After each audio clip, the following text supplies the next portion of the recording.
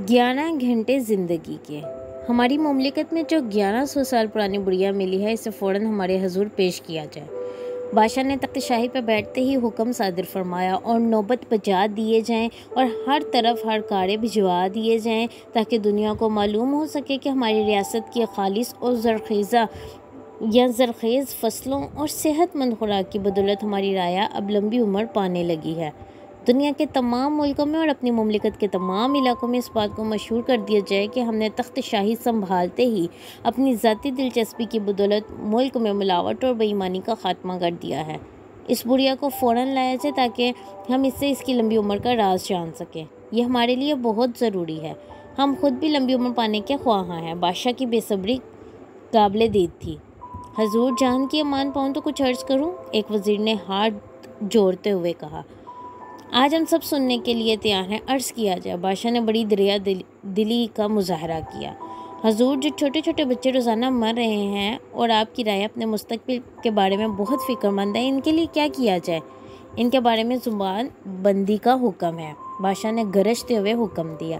हजूरे वाला, जाली और मिलावटी अद्वियात खाने से जिस अस्पताल के सारे मरीज़ परसों एक ही दिन मर गए, इनके रिश्तेदार एक एहतजाजी जुलूस लेकर आपके महल के सामने वावेला कर रहे हैं। इनके बारे में क्या हुक्म है? सारे बागी जुलूसों को जिंदान में डाल दिया जाए और मरे हुए मरीज़ों को दरिया बुर्द कर दिया जाए। आइंदा से अस्पताल बंद कर दिए जाएं। लोगों ने मरना है तो अपने घरों में मरें। सरकारी अस्पताल में उनका बोझ बर्दाश्त नहीं कर सकते।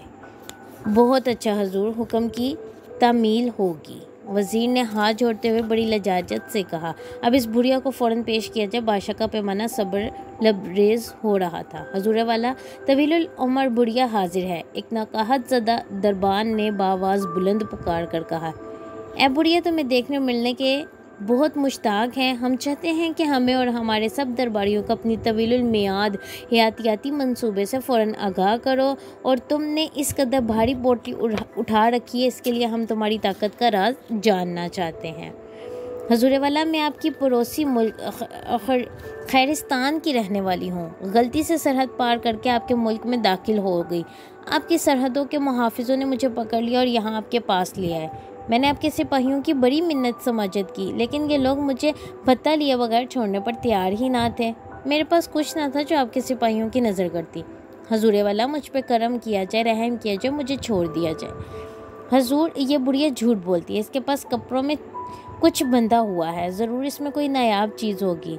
हमने बहुत कोशिश की, लेकिन इस बुढ़िया ने ये हमारे हवाले नहीं किया। एक सिपाही ने बुढ़िया की पोटली पर हरीफाना नज़र डालते हुए कहा। बुढ़िया के सामान की फ़ौरन तलाशी ली जाए और हमें इसकी हकीकत से आगाह किया जाए। बादशाह की बेचैनी काबिल दीद थी। एक दरबारी ने बुढ़िया से पोटली छीनकर इसे सब दरबारियों के सामने खोलना शुरू किया।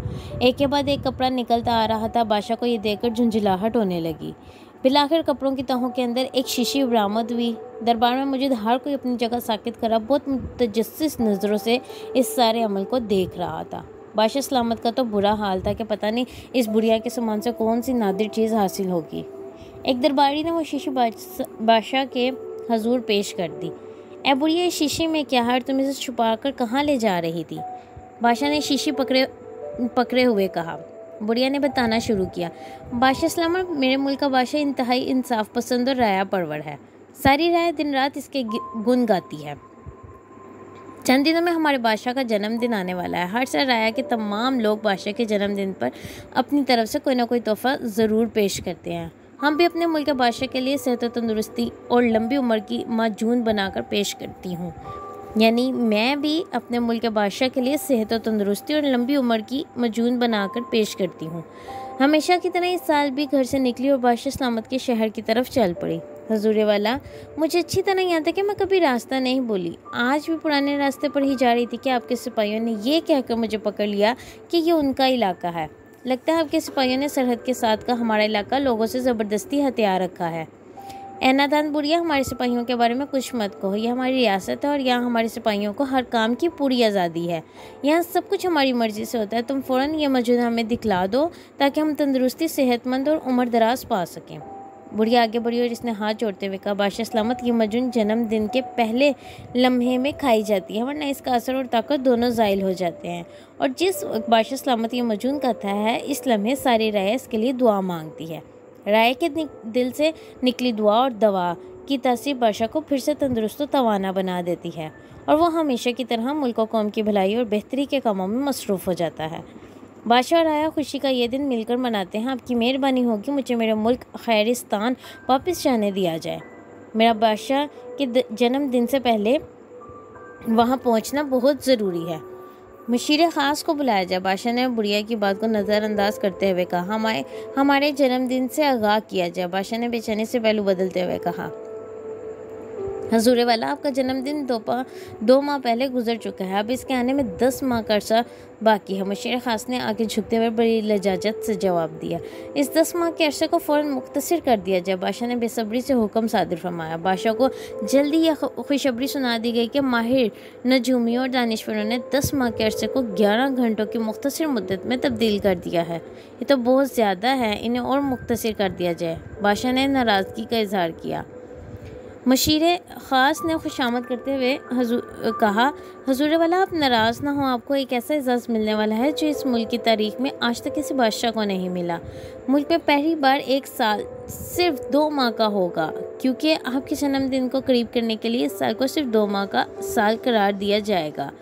बादशाह सलामत, आप अपने इस कारनामे पर जितना भी फ़ख्र करें कम है। बादशाह का इस अजीम कारनामे पर वाकई खुशी के हमारे बुरा हाल था। हजूर वाला, आपकी राय आपसे बहुत मोहब्बत करती है और आपका जन्मदिन शान तरीके से मनाना चाहती है, और थोड़े वक्त में ये मुमकिन नहीं। एक और खुशामद वज़ीर ने वजाहत करते हुए कहा, यह बात है तो पूरी मुमलिकत में हमारे जन्मदिन का केक तकसीम करने का हुक्म जारी कर दिया जाए।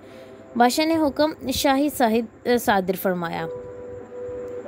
वज़ीर ख़ास ने बादशाह के हजूर गोश गुजार किया। हजूर वाला, मुल्क में मैदे और आटे गंदम की कमी के बायस पिछले कई साल से आपके जन्मदिन पर केक तकसीम नहीं किया जाता, बल्कि आपको याद होगा पिछले साल भी राय में टॉफ़ियाँ और रियोड़ियाँ बांटी गई थी, लेकिन इस बार चीनी की कमी के बायस शायद ये भी ना हो सके। लिहाजा इस खाकसार की बादशाह के हजूर अर्ज़ है कि इस बार कोई नमकीन चीज़ तकसीम करने का शाही हुक्म सादिर फरमाए। नमकीन चीज़ मुंतखब करने के लिए वज़ीरों मुशीरों की एक कमेटी बनाई जाए।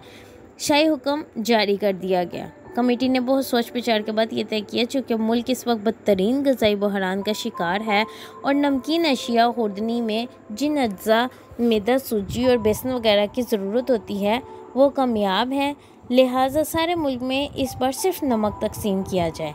बादशाह को यह तजवीज़ बहुत पसंद आई, क्योंकि इसमें कुछ ज़्यादा खर्च ना था। राया को बादशाह की सालगिरह के दिन से आगाह कर दिया कि बादशाह की दराजी उम्र की दुआ करने की ख़ास ताकीद भी की गई, जिसका इस मुल्क में पहले कोई रिवाज ना था। यह मुल्क खैरिस्तान ना था, यहाँ का तो बाबा आदम ही निराला था। मुल्क की सनती और कारोबारी ज़िंदगी बादशाह की उल्वो तल्वों में सब ख़त्म हो चुका था। लोग हफ्ते में 3 दिन काम करते, 3 दिन आराम। ये मुल्क हुक्मरानों की नाअहली की बदौलत ही नहीं, बल्कि अवाम की जहालत और गुमराही के सबब भी इस हाल को पहुँच चुका था। अच्छे और बुरे की तमीज़ ख़त्म हो चुकी थी, गलत और सही का शौर भी नहीं। इखलाक व इक़्तिदार और गैरत और हमीयत के साथ साथ कौमी मिली खदमात के जज्बात भी तब पैदा हो चुके थे। बादशाह को आज भी इक़्तिदार के अलावा कुछ याद ना था।